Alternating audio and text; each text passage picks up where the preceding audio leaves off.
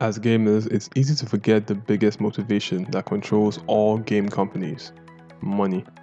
Over the years, we have seen many great TV shows and movies get cancelled due to poor audience viewer counts or a lack of merchandise sales, and games are no different. Games cost a lot of money to make, and if said game cannot at least turn a profit, it is very unlikely to get a sequel. The inverse is also true. Games like Call of Duty and Assassin's Creed keep getting new releases because even in a down year, these games sell millions of units like clockwork. That brings us to this video. While it is nice to talk about the big boys of the industry, there are some other games that did something even crazier, and I feel they deserve a bit of a victory lap. So without further ado, welcome again to the Maestro Nation, and these are 5 video games that saved their franchises.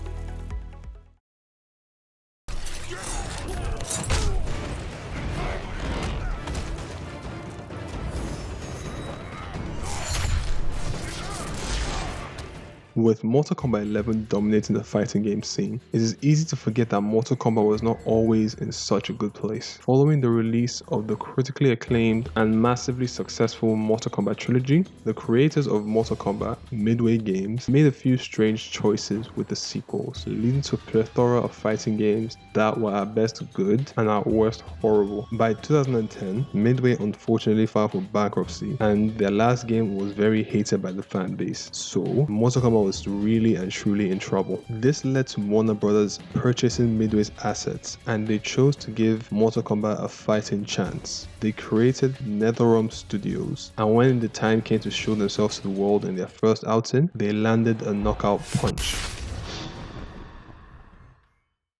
Mortal Kombat 9 was to serve as a reboot to the Mortal Kombat franchise, as the story had become too wild for even the creators to follow. It also returned to the 2D roots of the first 3 games. Thanks to Warner Brothers, they had a much higher budget to improve both their character models and stage models. The fatalities were more brutal, giving it that edgy factor it had in the 90s, and they added a new feature that completely changed the game.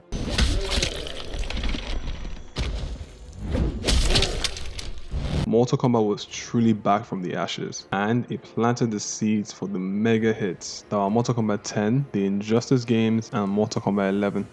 Mortal Kombat 9 was so good, you could say it was a flawless victory. Get ready for the next battle.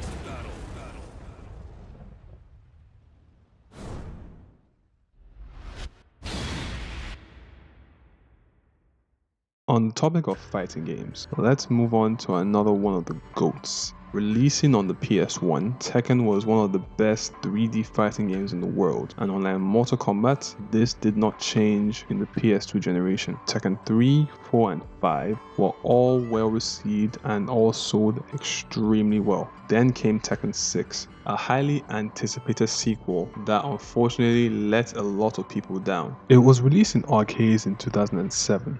And was positively received, but an era where arcades were slowly becoming less relevant, the home release was becoming more of a necessity. So fast forward 2 years and Tekken 6 would be released on the PS3 and Xbox 360. Unfortunately, what was sold was heavily downgraded when compared to the arcade version. It ran poorly on both consoles. The graphics were subpar, the load times were egregious, the character models were not the best, and when compared to competitors such as Street Fighter, Tekken felt like the lesser game, as can be seen in their Metacritic scores. All these factors unfortunately led to a 50% drop in sales when compared to Tekken 5, and it got worse with Tekken Tag 2. Tag 2 had many improvements from Tekken 6, such as the graphics, the music, and the online infrastructure, but it also brought many new issues, like having too many characters in a tag game such as this, drastically increasing the difficulty of this game. Plus, the damage scale in the game was not the best, as can be seen in this clip.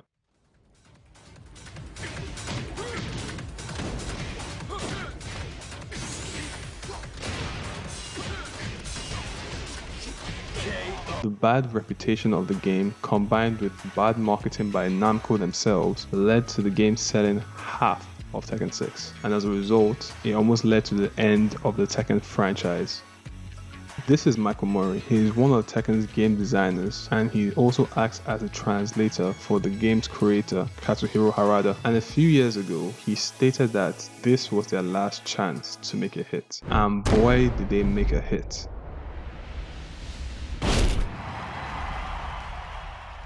Tekken 7 looked beautiful, its combat was vicious, characters had great redesigns, and two big things changed the franchise forever. Those were the improvements of the rage mechanic and fighting game tournaments.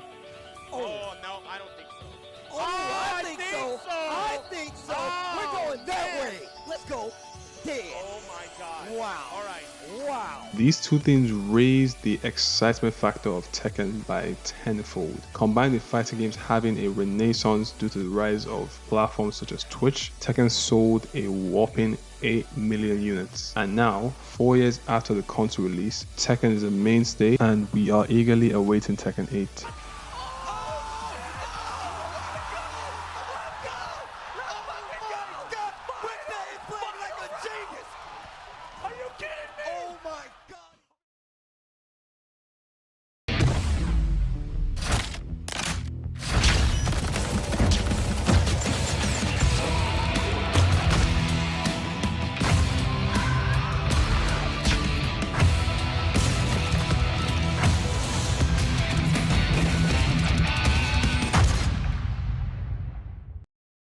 For you kids out here, this is the grandfather of Call of Duty. Doom was one of the first-person shooters, and unlike the previous two games, this wasn't really about sales. Every single Doom game has sold very well. It was more of an identity crisis.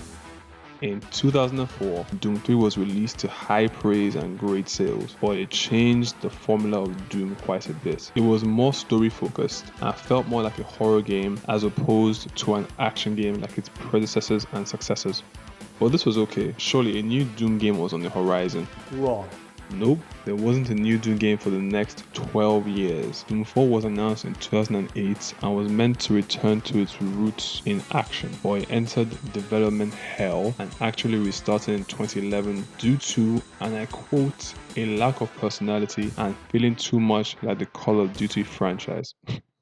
Can you actually imagine? My goodness. So fast forward to 2016, and after many years of development, Doom released in a very different world than back in 2004. It was a reboot of the franchise that was to be a throwback to the original 1992 game. And I'll be honest, we were not ready for what we were about to receive. It was a breath of fresh air. The game felt quick, kinetic. There were no unnecessary cutscenes. They added this new feature called Glory Kills, where if you had done enough damage to an enemy, you would brutally execute them in a very satisfying manner.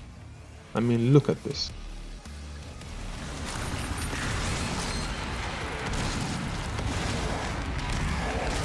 Doom Guy was just Doom Guy, with an even more amazing sequel following it 4 years later. Doom was back like it never left.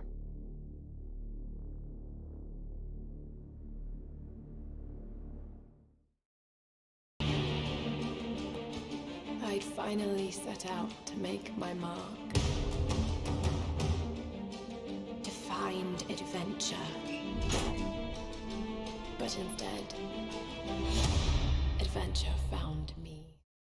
While looking at 90s classics, we have to talk about Tomb Raider, a PS1 hit that inspired a lot of action-adventure games that can be seen today. And in 2013, the Square Enix studio Crystal Dynamics decided to copy from the people that originally copied from them and made a Tomb Raider with more of a focus on Lara as a character and not on Out of every series here, Tomb Raider was always probably going to return, but we had long since passed its peak when Miss Jolie was starring as her in movies. So with this reboot, Tomb Raider was given a new lease on life. It was a very new take on Lara, and the results speak for themselves. Tomb Raider sold twice as much as the previous bestseller. The sequel, Rise of the Tomb Raider, wasn't far behind a few years later, selling comparably well, and the new movie starring Miss Vikander at this time was made and did a decent job at the box office. The only downside was that the third game unfortunately did not set the industry ablaze, and Tomb Raider seems to be on the shelf for now. But I'm sure sooner or later, Lara and her twin guns will be back on our screens for yet another crazy adventure.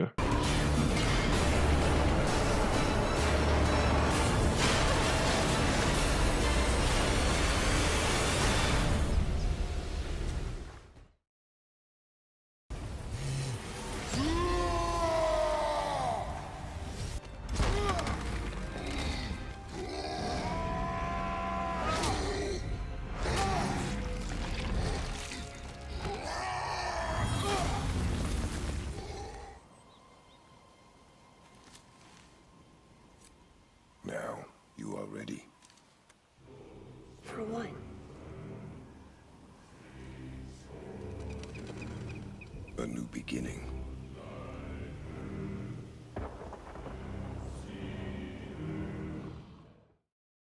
In 2016, Sony revealed a very different looking God of War game. This was a series that had always been about high octane quick combat. So here was Kratos, walking like Joel from The Last of Us. He even had his own Ellie in Boy, and the fans were not happy. And to be fair, I can't blame them. Games like DMC and Bayonetta proved that character action games were and are still vibrant. But when this was the outcome of the decisions that they made, you can't really argue with the methods that they chose to use. Because you see, God of War always sold fairly well, but after God of War 3, it seemed to have run its course. The next game, God of War Ascension, sold less than 1 million units and has kind of been forgotten to time. So going back to the God of War franchise was not a safe bet in any way, but I'm glad they did because it allowed them to do a few things. Number one, it made Kratos a good, interesting character for once, and it allowed them tell a very compelling story in a new setting. They could also experiment with combat, and ironically,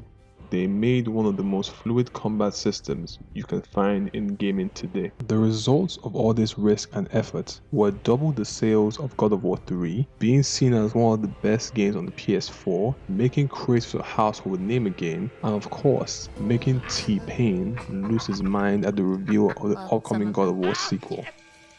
So Santa Monica, take a bow. You took a very large and honestly very unnecessary risk, but it paid off in bucket loads. And I'm sure I speak for everyone that played this game when I say we cannot wait for the upcoming Ragnarok.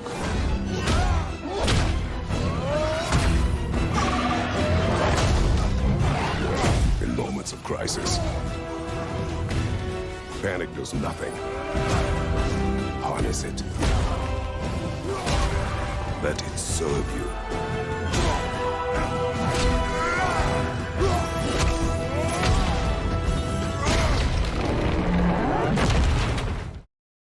If you're still watching, thank you so much. It means a lot. Here are some other videos in the meantime, and I'll catch you all later. Stay blessed.